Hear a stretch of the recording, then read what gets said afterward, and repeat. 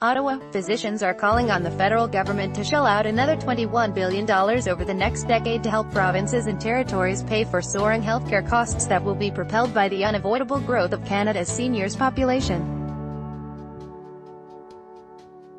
A new analysis, to be released Tuesday by the Canadian Medical Association (CMA), is urging Ottawa to provide bigger and bigger annual top-ups to the existing federal healthcare transfer program. Provinces and territories will see their health costs soar by another $93 billion over the next 10 years, or about 1.8% of their government's spending, due to aging demographics, warns a new study. Frank Gunn, The Canadian Press File. Photo. The pressure is mounting on provinces and territories, which will see their health costs soar by another $93 billion over the next 10 years, or about 1.8% of their government's spending, due to aging demographics, warns the study. The document was prepared on behalf of the CMA by the Conference Board of Canada. Our healthcare system was designed at a time when the median age in Canada was 27. Today, it's 40 and our system is not coping well. Laurent Marcoux, president of the CMA, said in a statement, "Canadians and physicians are right to be worried about the demands that will be placed on the health system in the future." Article continued below. The report's release comes ahead of the annual Premier's Council of the Federation meeting, which begins Wednesday in St.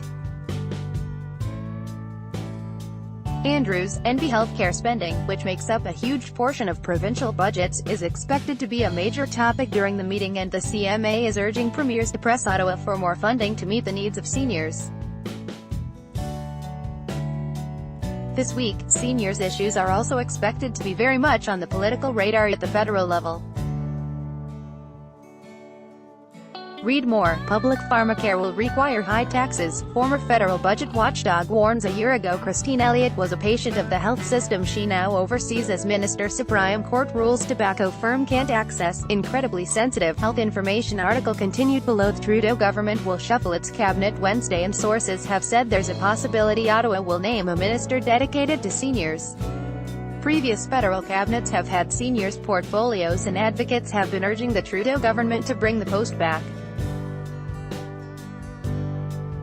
Numbers in the Conference Board report show why there's a big focus on Canada's aging demographic, which is on an inescapable trajectory that will create significant challenges for public balance sheets over coming decades.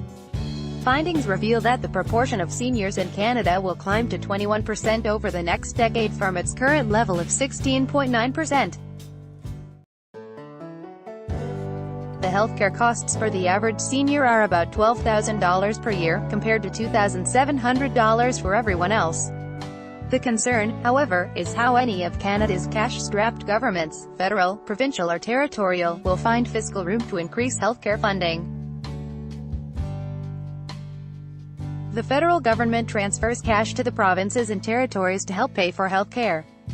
The study estimates that federal health transfers account for about 22% of all publicly funded health care. Looking ahead, the authors predict health costs to grow faster than the economy.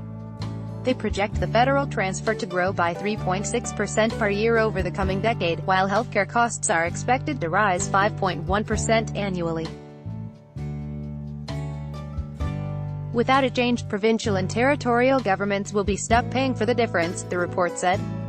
The study noted that as the price tag on healthcare swells in the years ahead, governments will also find themselves grappling with additional economic pressures associated with the aging population. It pointed to lower labor participation, which will translate into less revenue from employment and tax. Beyond the expanding proportion of seniors, the report predicted the country will also face rising cost pressures from other sources, including population growth, improvements in the quality of care, and inflation due to climbing prices for drugs, physician services and hospital maintenance. Follow @Andy Blatchford on Twitter.